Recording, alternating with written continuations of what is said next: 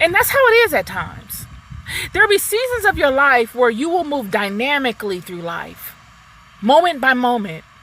And you will take every single moment in because that is what that season requires of you. The season is so action packed with God's movement that God will allow you to experience moment by moment experiences. That's what those moment by moment experiences teach you, is to maximize the moment. Not by doing a bunch of stuff, not maximizing by going out and meeting goals and doing all this type of stuff, but maximizing in the sense that you take in to account, you pay attention to all of the nuances, all of the movements, all the players of your life and how they are synchronistically dancing to whatever tune is playing. That, in fact, may just be your goal for that season. And that may just be the reason why God does not allow us to forecast out at certain intervals in our lives. And when I was thinking about this, I thought about David. I thought about Gideon. I thought about Joseph. I thought about Moses. I thought about Jacob.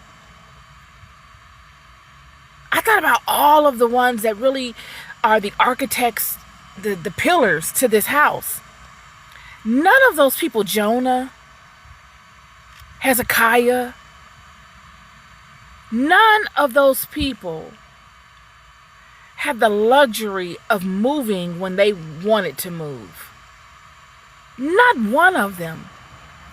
Each and every one of them had to be ready to move when God inclined them to move.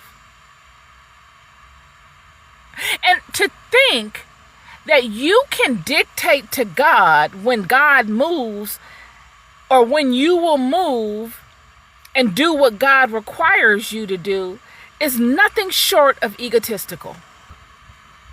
If you've been in those types of situations where God is ever present in your life and he puts you in a season of life where you can't forecast out like you normally would. You can't project out 5 years in advance like you normally would. You can't project out a year in advance. You can't project out a week in advance.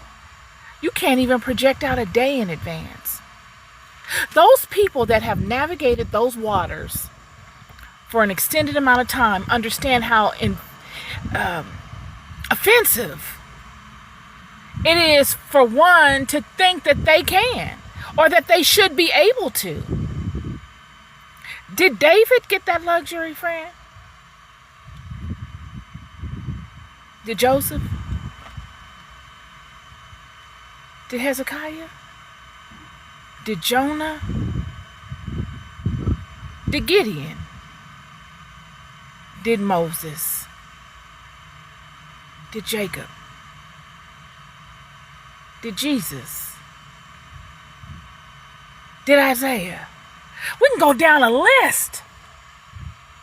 Not one of them.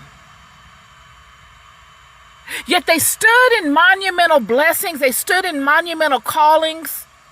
They went down in history with their names chiseled in stone, engraved in a monumental cartouche, an everlasting cartouche. So they benefited from it. But it was a huge cost for it. It cost much. Yet there are people in the world that want to benefit. They want all the benefits of it, but they don't want to pay the price. They want to pay the price in the way that they want to pay the price. They want to pick God's prophets that God chooses to send to help them. They want to pick the prophets. They want to pick the seasons. They want to pick the times. They want to pick the circumstances. They want to be in total control of the movement of God. But my question is, where and when? Who? How? Where has this ever happened? When has this ever happened? Who has ever experienced such things? How